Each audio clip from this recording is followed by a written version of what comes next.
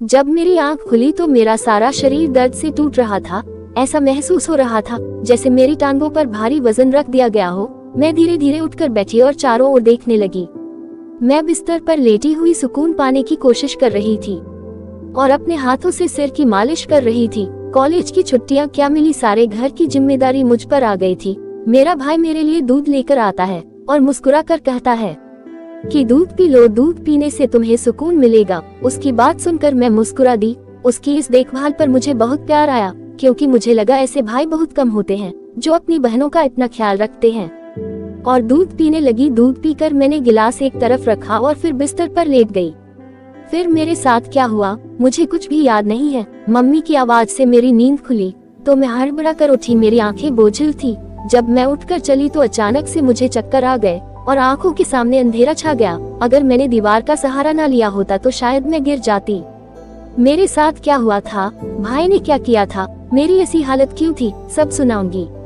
बस कहानी में अंत तक बने रहिए और मेरे चैनल पर नए हैं तो चैनल सब्सक्राइब कर ले और कहानी अच्छी लगे तो प्लीज लाइक और कमेंट करें। मेरा नाम मोना है। मैं 17 साल की एक खूबसूरत लड़की हूँ। मेरे शरीर की बनावट देखकर कई लड़कों के मुंह पानी आ जाता था, लेकिन मैं किसी को घास नहीं डालती थी। मैंने नोटिस किया था कि मेरा चेहरा भाई मेरे साथ ज्यादा समय बिता रहा था और मेरा बहुत ख्याल रखने लगा था। जब से छुट्टियां शुरू हुई वह हर समय मेरी मदद करता था। अगर मैं काम करती तो वह आकर सहायता करता था।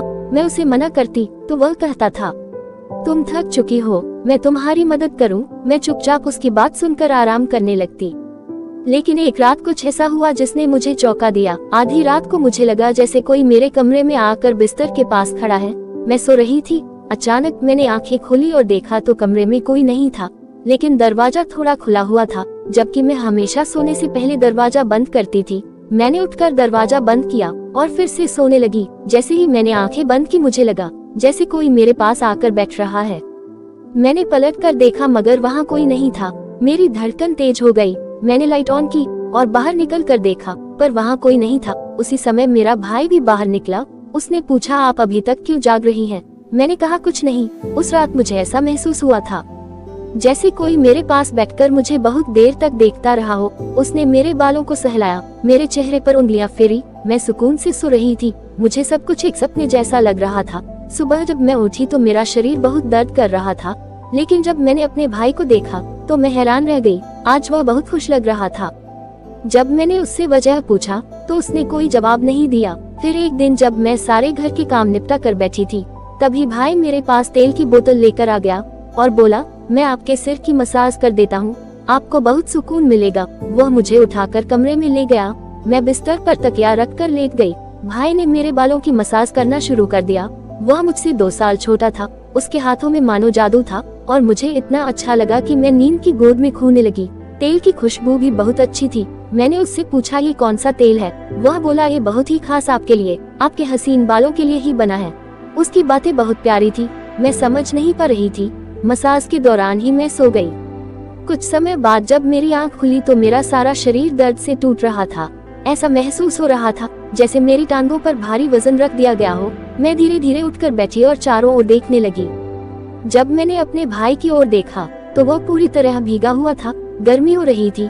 मैं बड़ी मुश्किल से बिस्तर से उठी। मुझे चक्कर आ रहे थे। चलना मुश्किल हो रहा था। मैं कुछ समझ नहीं पा रही थी कि यह सब हो क्या रहा है। बड़ी मुश्किल से चलकर बाथरूम गई। मुझे लगा जैसे मैंने सोया नहीं बल्कि कोई मेहनत वाला काम कर रही थी। जब मैं कमरे से बाहर निकली तो मेरे भाई और मेरे अलावा कोई भी घर पर नहीं था।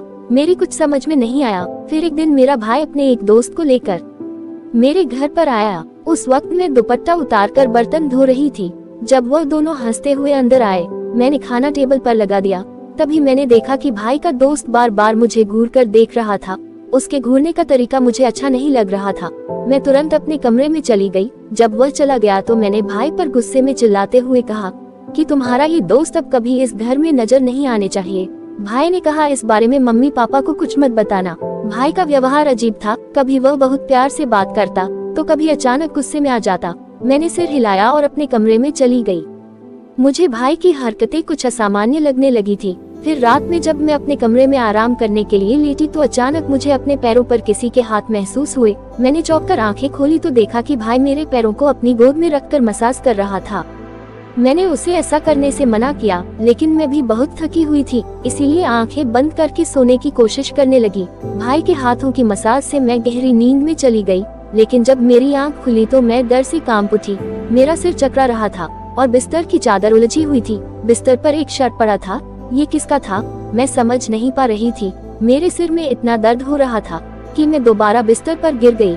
ऐसा लगा जैसे किसी ने मुझे बेहोशी की दवा पिला दी हो। तभी भाई की आवाज सुनाई दी। वह मुझे उठाने की कोशिश कर रहा था। कुछ देर बाद जब मेरी आंख खुली तो देखा कि शर्ट गायब थी। मेरी हालत खराब हो रही थी। मैं समझने लगी थी कि कुछ गड़बड़ है। मेरी तबीयत बिगड़ रही थी। माँ मेरी हालत देखकर परेशान हो गई और वह मुझे डॉक्टर के पास ले गई। तब पता चला कि मैं गर्भवती हूँ। आखिर यह सब मेरे साथ कौन कर सकता था। राजेश मेरा चचेरा भाई था, लेकिन फिर मेरे दिमाग में यह बात आई कि मैं उसे सगा भाई समझती हूँ। वह मुझे अपनी सभी बहन समझता है या नहीं, लेकिन मेरे और भाई के अलावा घर पर कोई नहीं था, इसलिए मुझे ये समझते देर न लगी कि यह सब मेरे भाई का ही किया धरा है। पापा को भी विश्वास नहीं हो रहा था। उन्होंने भाई को पकड़कर बहुत मारा। उसके मुंह और नाक से खून बह रहा था। भाई ने गुस्से में कहा, मैंने इसे कभी अपनी बहन नहीं समझा। पापा ने उसे पुलिस के हवाले कर दिया। कहानी सुनने वालों से यही गुजारिश करूंगी कि हमेशा अपनी बेटी को कभी किसी भी अनजान मर्द के सहारे पर अकेला ना छोड़े। मैं अपने चचेरे भाई के साथ अकेली इस घर में रहती थी, उसे अपना सगा भाई समझती थी। गलती किसकी है, कमेंट में जरूर बताएं। नमस्कार।